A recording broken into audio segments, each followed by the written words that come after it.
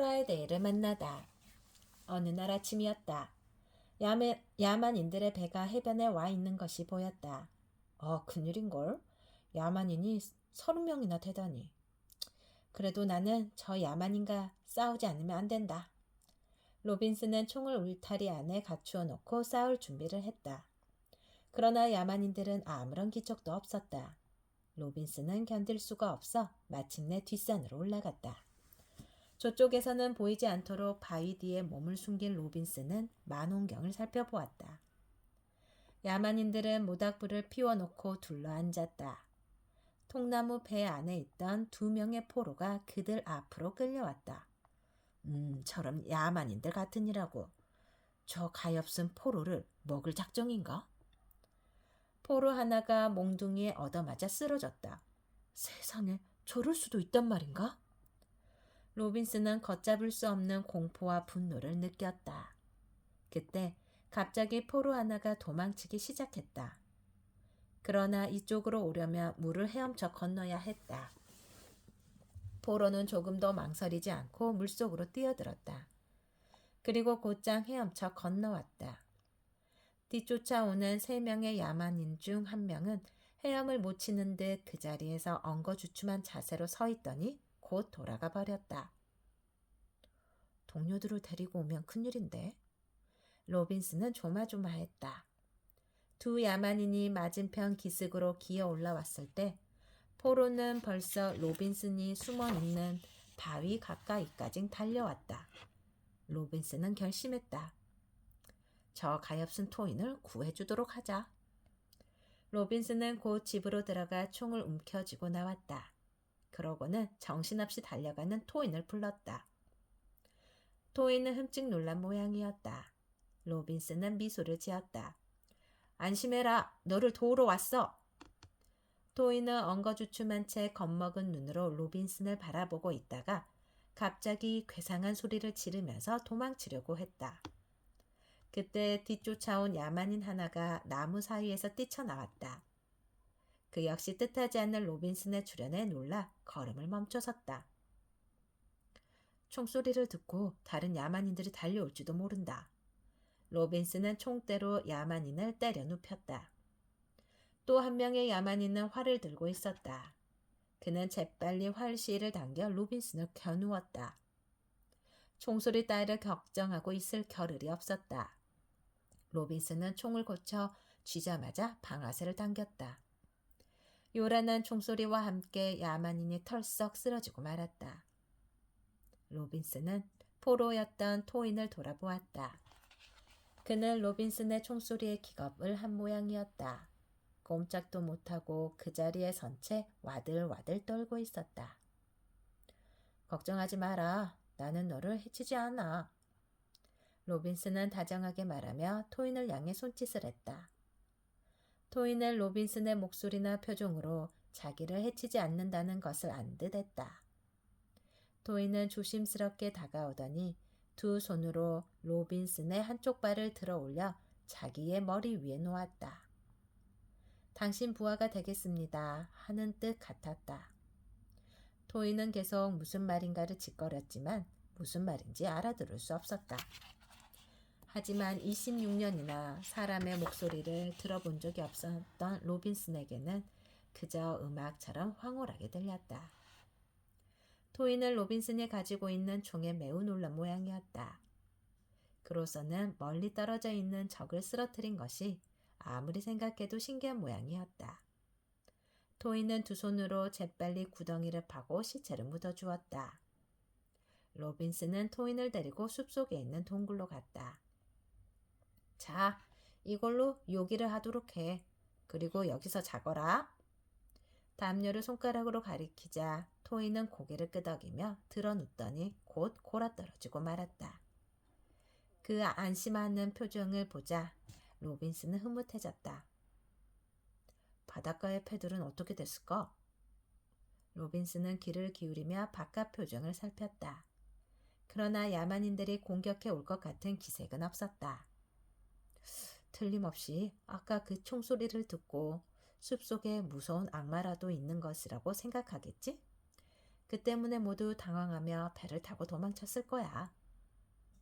로빈슨은 슬며시 동굴을 빠져나와 산으로 올라가서 바닷가를 둘러보았다.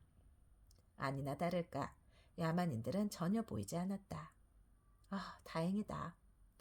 로빈슨은 저도 모르게 안도의 한숨을 쉬었다.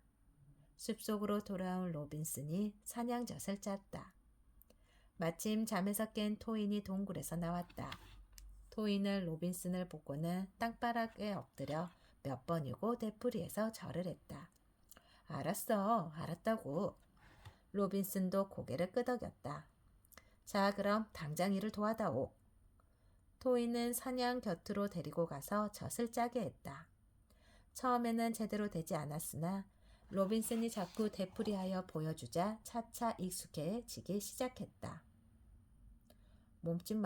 몸짓만으로는 뜻이 잘 통하지 않아 불편하네. 이제부터 말을 가르쳐야겠다. 로빈슨은 토인에게 말을 가르치기 시작했다.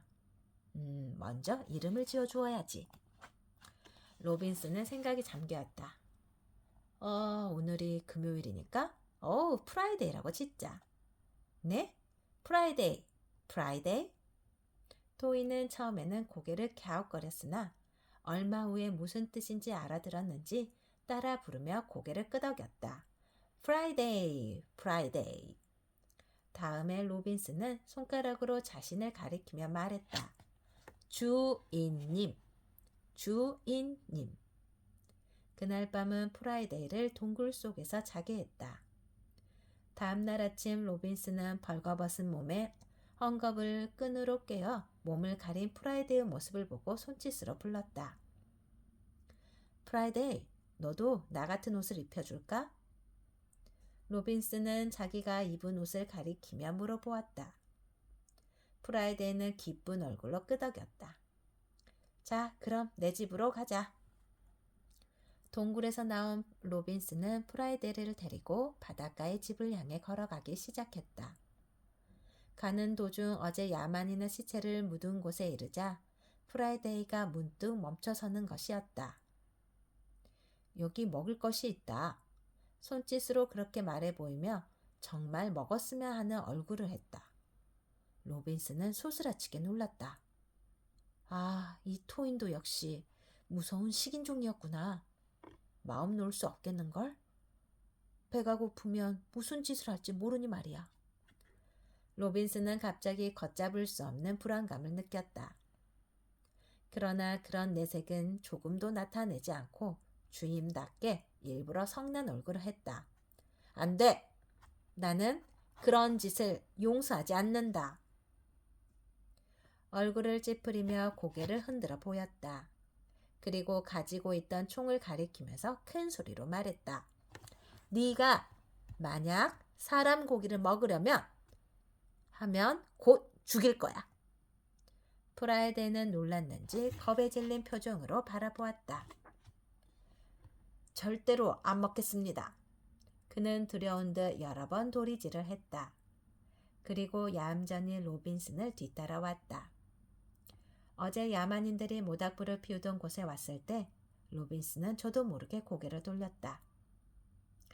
이 야만적인 식인종들. 프라이데이, 빨리 묻어줘라. 로빈슨은 다시 프라이데이를 노려보며 되풀이하여 타일렀다.